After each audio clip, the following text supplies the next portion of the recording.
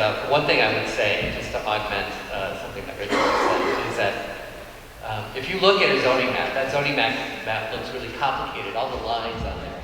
If you go uptown, if you go to East Harlem, you go to Central Harlem, the zoning map is simple. It's like one district over some vast areas of Central and East Harlem. And the reason why is because this community has advocated for a generation to get changes made, to affect changes that you want to see. These changes wouldn't have happened without advocacy at the local level. And that kind of advocacy just doesn't happen uptown. It happens in neighborhoods like the Upper East Side and Upper West Side, and that's why you see the changes that you see in the zoning resolution, or in the zoning map especially here. And so it's people like you that affect these changes. So, okay. So, who's seen this building? Okay, I'm a planner. I'm a zoning person. I've been doing this a long time. I've lived on the Upper East Side also for 20 years. And I had nothing to do with this project. And so I was just like you when I saw this going up. And I was like, wow, it's tall as I saw it going up. Well, it's got to be topping out soon. And I'm like, it just kept going up. And then I was like, oh, it must be done by now. No, it just kept going up. I was just astounded by how tall it got. And this is my area. And like, how did it happen? And so it became one of these things. I was like, well, I've got to figure out how did this building happen?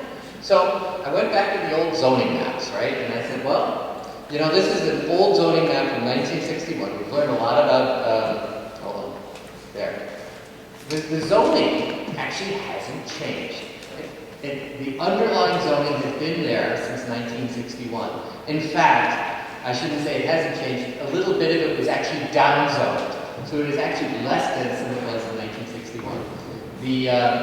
There were some changes to the height and setback rules with the Midtown Special District in 1982, but essentially for one or two generations, depending on how you want to count, we had to try to see this happen, and we didn't. We're seeing it now. And why are we seeing it now? And are we going to see some more? And we're going to be talking about this in some detail, but before I get into that, we're going to go and review a little bit. When you've seen this, we're all about FAR.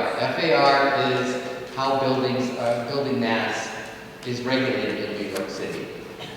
But this is the important part, because you've all learned about FAR, that not all of it counts. This is the key, is that not all floor area counts the same. So, you think that, what is floor area? Well, it's your halls, your living spaces, clearly. But, you have things like your interior walls also count as floor area, your stairs. But there are things that are exempt. And they make sense, actually, when you think about it. Your building mechanicals, no one's going to be living there. Your accessory parking, so if you have a parking garage, it doesn't count as floor area. Your loading areas. Electrical chases, flues, chutes, things that don't have floors, so they don't count as floor area. That makes sense. But then some things you just wonder, like if you have your in-unit air conditioning in your wall, that counts. But if you have centralized, it doesn't count. If you have your basement counts, but your cellars don't. Elevator shafts count, but pipe shafts don't. Part of your exterior wall counts, but then the other part doesn't. so it sometimes it gets actually very complicated. We've already talked about this on the Upper East Side. We see these building forms all the time. But I'm going to talk about it a little bit because it gives a little background of what we used to see versus what we're seeing now. So this is an example. I like this one. I live a block away from here. Leighton House. It was a standard tower that we've all learned about. It's 467 feet tall. It is one of the tallest buildings on the Upper East Side. And this is a very old graphic made in the early 90s by Civitas to explain how this building got so tall. And it got so tall because it's a standard tower. It moved all of this floor area from these tenements. It has a 20% bonus for inclusionary housing. And, you know, it must be said, the tall latent house preserves the tenements. So these tenements here, which are just to the south of Layton House, there's no reason to ever tear these buildings out because they can't be built any bigger than what we have now. But of course, it can't be built because, you know, it's the standard tower. We learned that the standard tower can no longer be built on the Upper East Side, largely because of advocacy of people like yourself in the early 1990s. Instead, you build a building like this. This is the Metropolitan at 3rd Avenue and 90th Street. This went up in 2003, and this is a very familiar building form. You have the base that goes up between 60 and 85 feet. The idea is it's supposed to be about the size of the tenements. The building has to come to the street.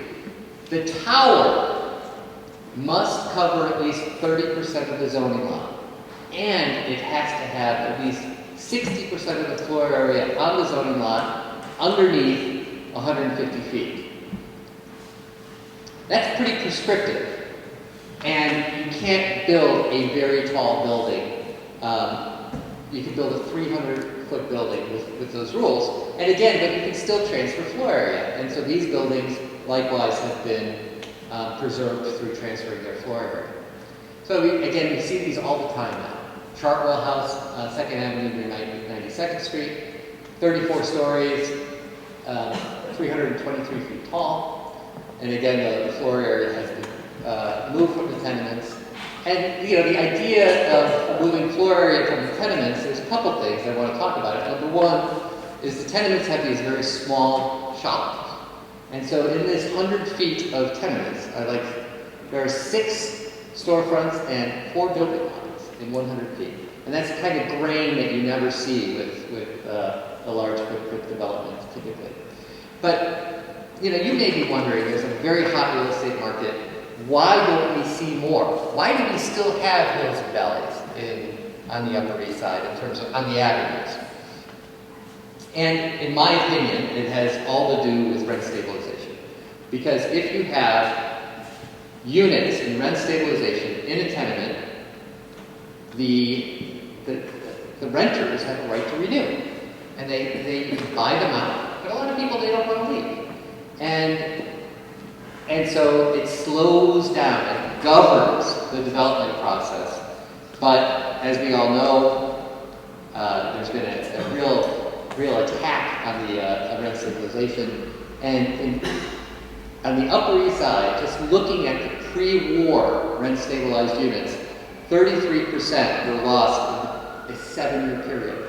Wow. An astounding number of rent stabilized units were lost. And development sites, and I call this a development site because this is an avenue frontage, meaning you can build a 12 FAR building here. These 8 tenements, we can go back and we can look at how many rent stabilized units they had in the past and how many they have now. These 8 tenements lost 54% of their rent stabilized units. They went from 64 to 30 in 7 years. Now, across the street from this is this building, which you've already seen. These 5 tenements lost 0. Now, it doesn't say that there's a lot of pressures to move rent stabilized units out of rent stabilization so they can charge more rent, but these can't be redeveloped, so there's different pressures on these. So we've already learned about the height limits and the mid-blocks. So mid-blocks, you have these height limits, which match the tenement scale here. And so if you put a height limit here, it will preserve these neighborhoods. It won't preserve the rent stabilization. That will still eventually churn over. But it will preserve these buildings. You may see small infill, but the scale will be effectively preserved. But when you have height limits, talking about Lexington Avenue, I like using this as an example because you have the idea you can have 1 or 2 tenements, but you can't necessarily transfer 4 or 5 tenements into the height limited building because there's no place to put it. So you often see this kind of situation where you have 1 tenement and then a building.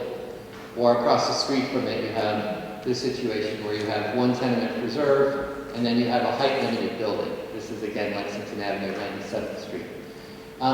If you know people in Brooklyn talk about 4th Avenue all the time. 4th Avenue was an area where it was very low scale. It was mapped with an R8A district, which was much higher density than what was there. Many of these buildings were so small that they did not have rent stabilization, because rent stabilization only kicks in if it's over a certain size. And so that meant there was no governing factor, or much less of a governing factor on 4th Avenue in Brooklyn. So development happened very quickly, and you had this building form of 120 feet. 120 feet to here, and you have these R8A buildings going in one after another. And it's happened very, very, very quickly, much faster than anybody thought it would. And, you know, this building here, for instance, which is larger and does have rent stabilized units, now has no place to put its floor area. So if the developer wants to realize the value of the land, that building's going to go. Okay, so the low-scale historic tenements on the Upper East Side, if you like it, essentially, they're not consistent with the 200-foot height limits. So this is York Avenue, or 79th Street, just east of York. I like this one because that's the historic character that's left over. That's what happens when you're trying to pack the envelope like that. So at least if you have towers, you're going to end up with preserving some of these. But towers are getting unreasonable. So we're back to 432 Park Avenue. How and why? Now I'm going to apologize for the complexity of this graphic.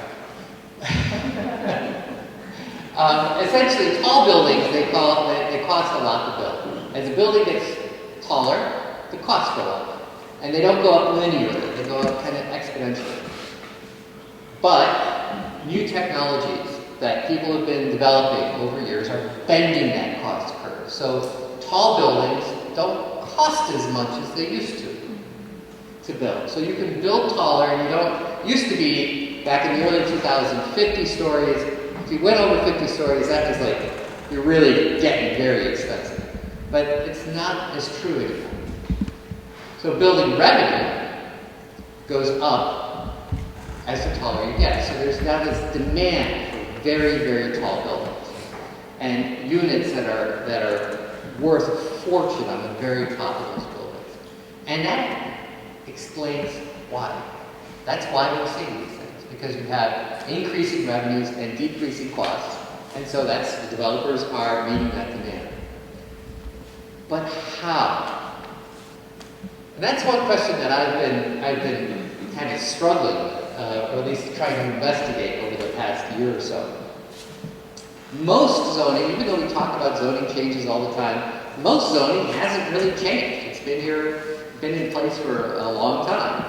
And so how are the buildings getting so tall? Here's 3 examples. This is in Midtown, this is more downtown. So what we're seeing, and we're going to talk about the how at some length. We have these enormous mechanical spaces, building voids. I love this one, stilts, buildings on stilts. You have the gerrymandered zoning law of 200 Amsterdam that somebody talked about earlier. And then closer to home, we have 180 East 88th Street, which has a enormous floor-to-floor heights, 16 feet floor-to-floor heights, which we'll talk about. Okay, so I'm going to spend a lot of time talking about a building that's under construction now called 217 West 57th Street. You may have heard me talk about that as the Nordstrom building. It is in the West 57th between 7th and Broadway. I know a lot about this building because many years ago I worked for the Art Student. I was hired by the Art Student League to do a lighting simulation for them to see what the building proposed at this site would do to their north-facing skylights for their artist studios. I mean, very esoteric, right? They were like, wow, there's going to be an enormous building next to us. Are we going to have enough light for our artists to continue to use the studios? which is a fair question. And back in 2005, it was enormous for 2005 at 64 stories and 689 feet. So today, on the very same site, it was approved a couple of years ago, a year ago.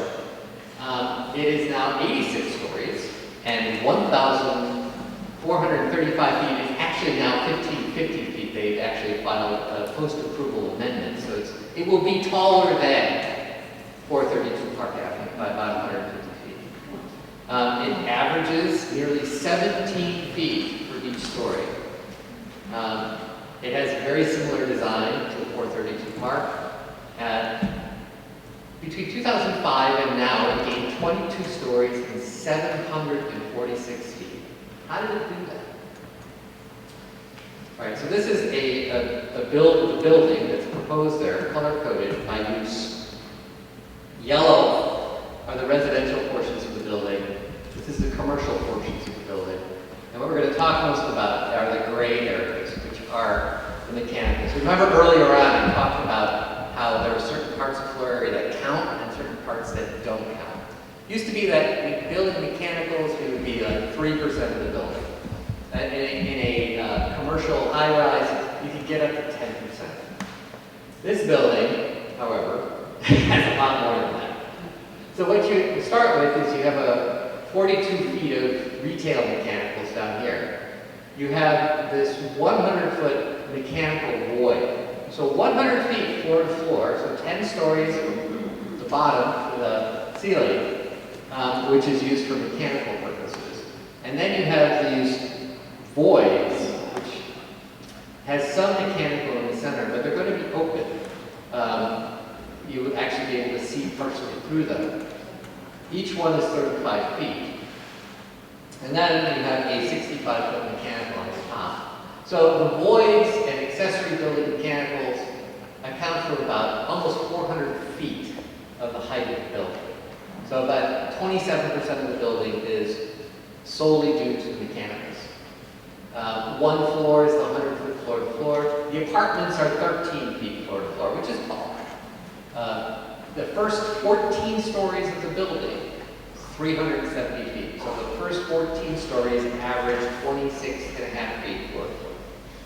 And the zoning lot is now, and one reason why it's also bigger is that the zoning lot is bigger. And it's a much bigger zoning lot than it was. And it needs to be said, is that this zoning lot includes these 3 landmarks. And so these landmarks end up being preserved. And then also these buildings as well. They all transfer their floor area onto this super tower. And so effectively, these buildings are preserved. So I want to talk closer to home. All right, so this is 180 East 88th Street. We will never, on the Upper East Side, see a super tower because largely of tower on base. We will never see an as-of-right super tower. There can be a non-as-of-right special permit sort of thing, which we can actually talk about at 96th Street right now. But we will never see an as-of-right where you don't get an opportunity to comment on it. But this is about as extreme as you will see. 180 East 88th Street is actually under construction right now, but there's a stop work order on it as we speak, so there's no construction happening right now. It is tower on base building form, so that means, if you recall, you have to have, this is 150 feet right here. You have to have 60% of the floor area on the zoning lot below 150 feet. And you have to be built up to the street. So, what did they do here? At 150 feet, they put a void that goes up 34 feet. It's going to have some mechanicals in the center, and it's going to be like a patio around the outside, so people can sit up there, and it's going to be 34 feet. Now, these stories up here are all 16-foot floor to floor. And then it has the mechanical penthouse at the top. And the really interesting thing that they did that got them into trouble is they took this little tiny piece of their zoning lot and they said, that's not ours. They cut it off. And they left it there. And they said, we do not front the street. Because what did we learn about tower on base? Tower on base, you have to actually put the building onto the street here. And they didn't want to do that. And so they're like, all right, we're going to cut it off. We're going to write an access easement Because the entrance to the building is here, right? The entrance to the lot in front of their building entrance, they don't own. And they put into like a LLC to prevent, to allow access that goes through it. So this is what Carnegie Hill Neighbors right now is filing a zoning challenge over this.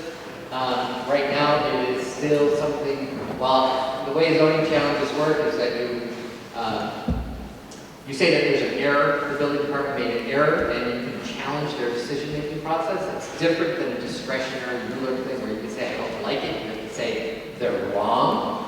And in fact, there's a lot of good evidence to say that this was an incorrect decision to allow them to do this, and that the building is wrong. And it is something that is still unsettled. But if we think about this, we think, well, where did tower on base fail? If we were to think about a normal Upper East Side tower, all the ones that we've seen already, 10-foot floor-to-floor heights, no building void, comes to the street, no sculpting of the zoning lot, we end up with a 300-foot, 30-story, 300-foot tower, which ends up preserving these buildings, which, again, I lived down the street the other way from these buildings, and I always thought these were going to go. These are commercial buildings. There's no red stabilizing units in here. It's a perfect development site. It's a block away from the subway. I always thought that was going to go. I was just waiting. But these, they sold their floor area to that. And so these will be effectively preserved. All right, so what's up with the super towers? They use large to huge floor-to-floor heights, which is all the same under zoning. New York City, we treat, we talk about FAR. FAR is all about floor area, but it doesn't say how tall the ceiling is, right? So a 10-foot floor-to-floor is the same as a 20-foot floor-to-floor, which is the same as a 30-foot floor-to-floor, which is New York City. A lot of places do make that distinction. New York City doesn't. Mechanical spaces and voids are within the building are exempt from zoning. So even if you don't have a mechanical space in it, if you have a big open area and you don't enclose it in walls, that doesn't count as floor area because there's no walls around it. And we didn't talk about this much, but on the Upper East Side we have this 2 FAR bonus for affordable housing. This is from way back in 1987. It's discretionary, but everybody uses it because essentially you buy these certificates, you essentially give a little bit of money to HPD, and you can get 2 FAR. It uses very little affordable housing. It's not proportional. And then the DOB is allowing these aggressive tactics. Shaping, the sculpting of the zoning lot to avoid zoning restrictions. And then the questionable mechanical deductions. In theory, the DOB is supposed to say, you're only supposed to exempt things that you're actually using for mechanical, not spaces that you're claiming to use for mechanical, or have very little equipment relative to the amount of space that you're using. So why are they doing that? Have they always done that? Is this a reflection of the administrations that we've been having for the last couple of years? Is this a change? I will get into that in a moment because let me get into that in a moment. Let me just finish up. I'm almost done. All right. So what can be done? I think is the fixing the excess mechanical spaces, limiting the exemption, location within the building. There's one on 30th, which I didn't talk about, but I showed briefly. It has a 150-foot mechanical void that goes up 150 feet at the base of the building. So, you think about it from an urban design perspective, you're walking down the street, you have no windows, you have a base that is all for mechanicals. That's a problem, and that's a problem that planners like myself, not only in private, but in public, recognize, right? Part of the reasons we live in New York City is we have this vitality,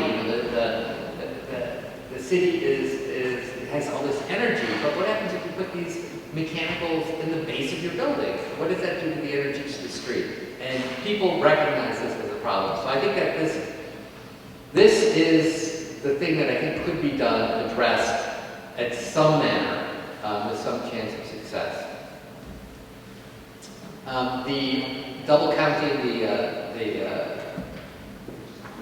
so the floor-to-floor heights. So how do you actually deal with that? You know, does it make sense to say that 30 feet is the same as 20 feet, which is the same as 10 feet when counting your floor area? It doesn't make sense. I think there could be something that addresses that in the zoning resolution. Making the affordable housing bonus either more meaningful or more difficult to obtain. Make it proportional. You know, right now we got a 20% FAR bonus for 4% affordable housing. It's not proportional. Or maybe, hey, require it on site so that you can actually have mixed income buildings, which is, I know, revolutionary, but it shouldn't be. And then maybe you'll get tougher with aggressive interpretations, which we can talk about. But let me finish with this. So how did this happen? Fine.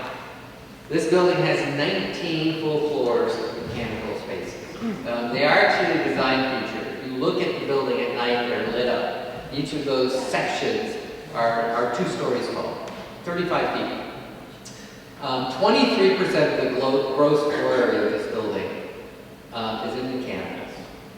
23% of the floor area is in mechanicals. So remember, we're governing bulk by FAR, but 23% we're not counting. And then it has a 16.5-foot average floor height. It also has a big zoning law, 40,000 square feet, which is large. Do you want to, should I take questions, or do you want to finish up with what you're doing about it? Yeah, let me just finish. Yeah, all right, very good. So I just wanted to finally talk a little bit about what Friends so far is doing around these issues.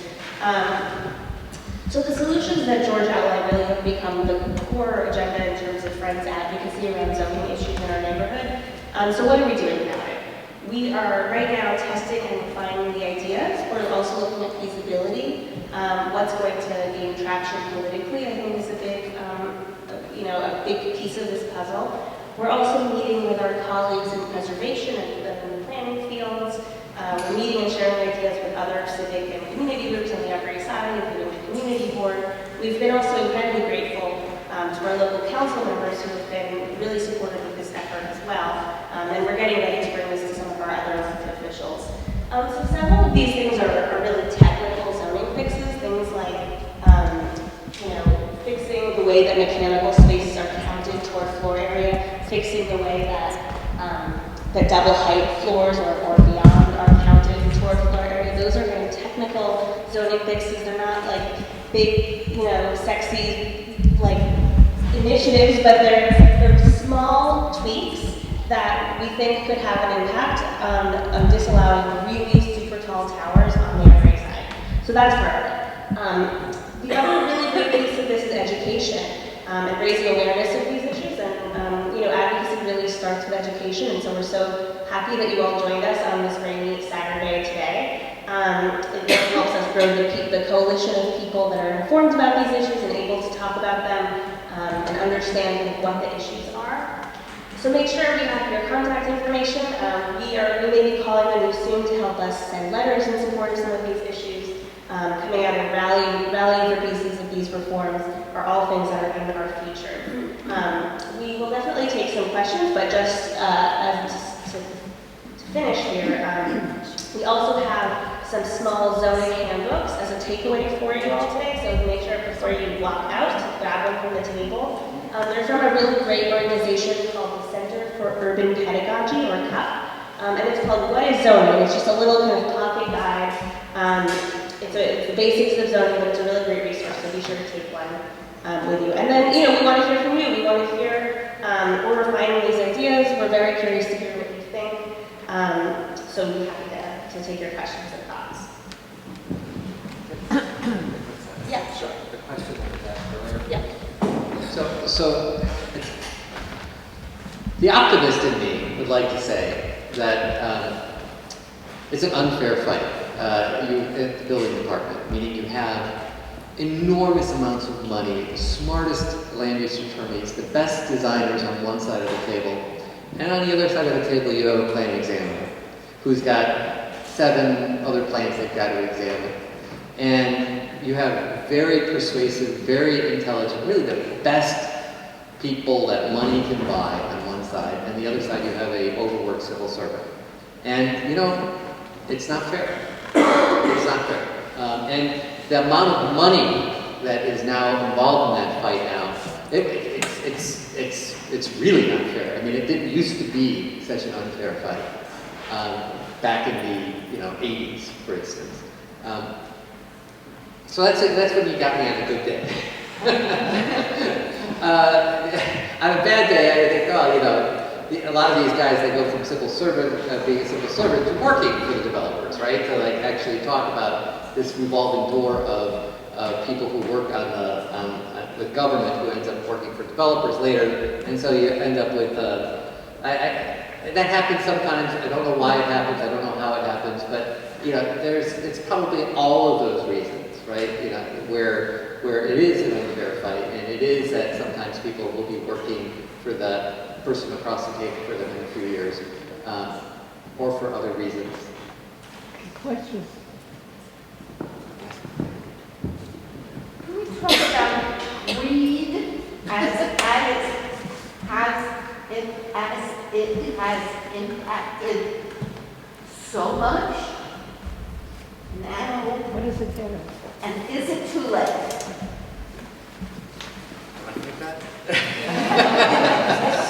Greed. Well, New York City is, as I've been told, since its inception, has always been about money and real estate, right? And it's not like it's any different now than it was before, other than maybe scale, right? That there's more now than there was in the past.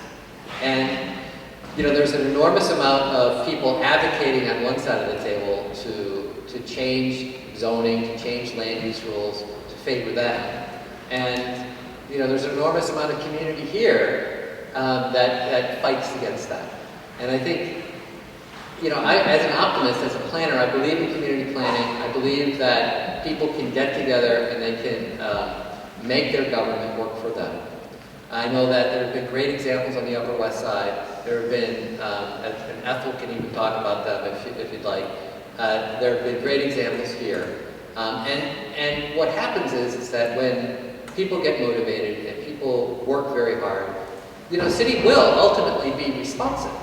But very often it's very localized, right? Remember we were talking about, well, on the Upper East Side you can't do standard towers. It's because of your advocacy. But you can still do them in Midtown and in Kips Bay and other places that in the community that haven't been as vocal or as as big of advocates. And so just 2 weeks ago, the East Harlem rezoning was released, and I was astounded to see that the tower on base building form, which we see on the Upper East Side, they're getting rid of.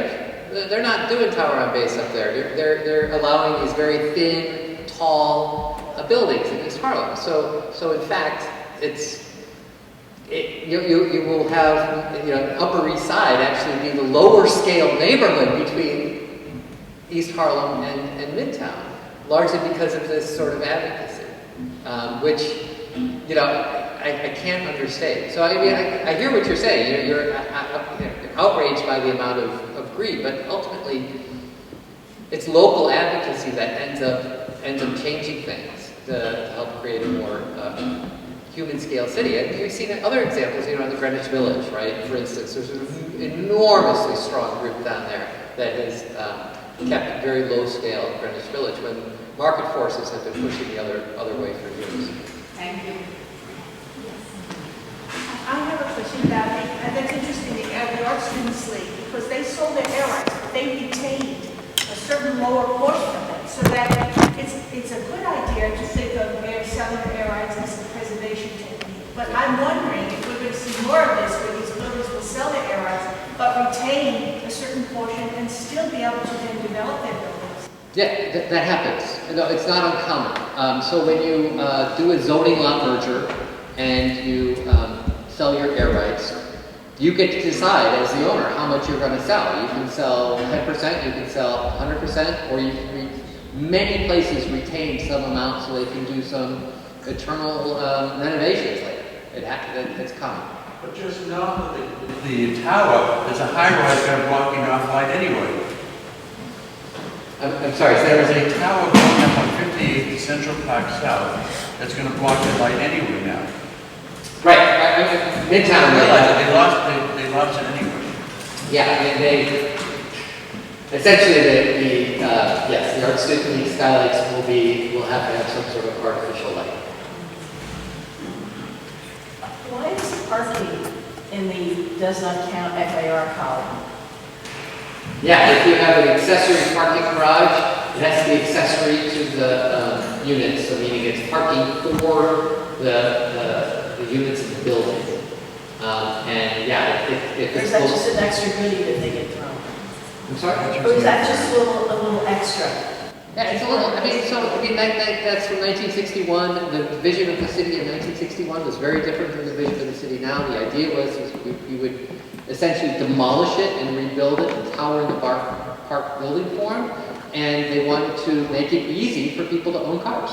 And so one of the ways to make it easy for people to own cars was to exempt parking garages from the floor area calculations, and that's where it comes from, and it's still that way. It hasn't changed. And when you go to the outer boroughs don't want it to change. But there are the counter trends, and parking is not required in Manhattan, and in fact, increasingly the city planning, though there are countervailing policies, is discouraging the use of the car in Manhattan. And you can see it all the time.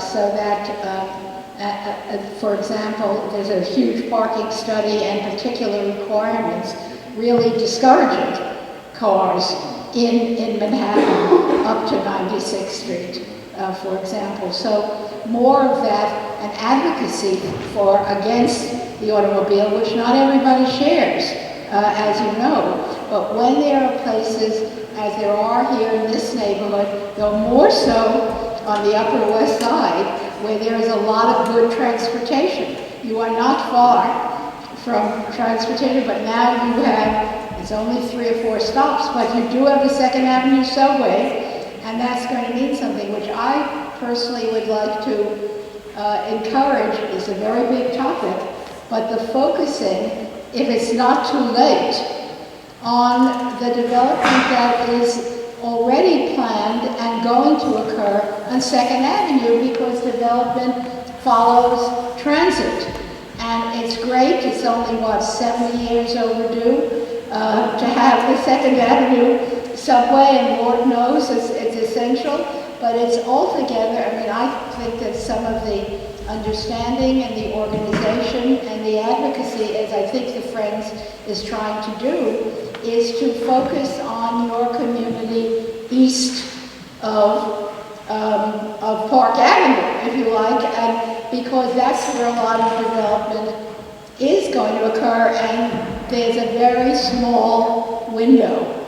Now, there's 2 other quick points. This administration, politically, a major goal, which is very candid and clear, is the need for affordable housing. It's been said all the time, in general, to promote housing, because in some ways, luckily, New York City, in general, not for everybody, is what? Prospering. And people are coming, and there isn't enough housing for the people who find work here. There's especially not enough affordable housing. But what the administration has said, and that's what the mandatory inclusionary is about, and other things related to it, is you're not that's what it is, we're not going to get affordable housing without increased density. So that there has to be, that's what's being said, rezonings and up zones. And the places where it's happening are, for example, East Harlem, but also in the other boroughs. I mean, East New York is a completely different place and one with a lot of vacant land. But there's, for example, it's also, believe it or not, got a lot of transportation. It takes a long time to get to Manhattan, but there's a lot of transportation. But there was a lot of controversy in the community plan about what should the zoning be, and it's always a combination of market and affordable. So then we get back to the other question of, I'm sorry for the woman left, about what are you going to do about greed? I'm still here. I beg your pardon. Sorry, I beg your pardon. Well, I mean, we all know about that. We've got a lot of understanding of it. Unless we really organize it in a revolutionary way, which may not happen, it's not necessarily to holler about greed. It's to find very hard ways and smart ways to counter the dominance of the market. That is, the market is essential. I mean, that's the way land gets developed in America. It's capitalist and it's private development. But the market gets modified. And it did imperfectly from even the very beginning when the Fifth Amendment to the Constitution said that the government can, take property for a public purpose, such as building roads, recognizing that property and private property upon which the whole country is built has to be modified because there's public welfare. So, I mean, I'm not going to single him out, but he's so active in your community and he's active all over on the West Side too. And that is, you take, for example, Extel. I mean, this is a very successful developer who has brilliantly used every single thing that George described. Now, he has his argument, but how can that action be modified so that every kind of air rights and every piece of which you saw some of it goes to the maximum? That really has to happen. I mean, it's because then it's so weighted the other way, and the population who's moving into those buildings are not the middle class. So, Thank you.